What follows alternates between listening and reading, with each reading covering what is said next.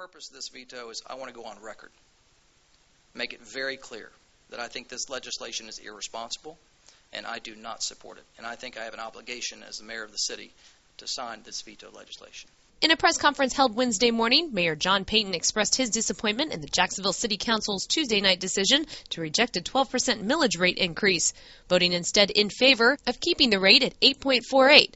Legislation Peyton says he plans to veto for 3 reasons.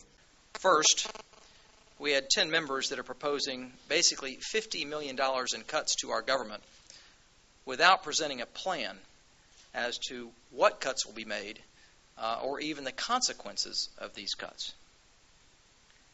Number 2, we have 10 members that are supporting the notion that if any additional revenue is needed beyond the 848, they are willing to spend in a budget crisis close to $220,000 to re-notify the public.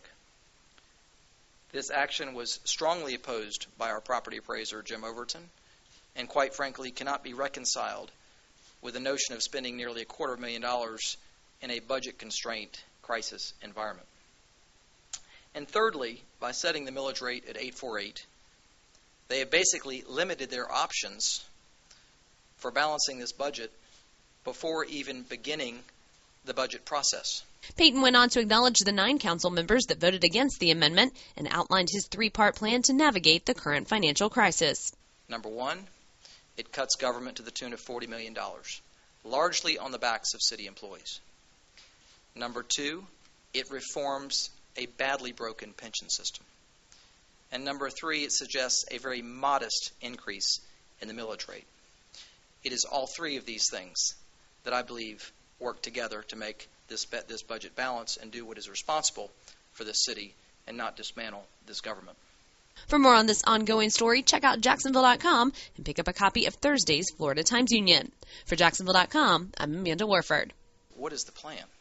Okay, yes, we have a crisis. We have to find a way out of it. What is the plan to navigate our way through the crisis? And that is the point of my veto.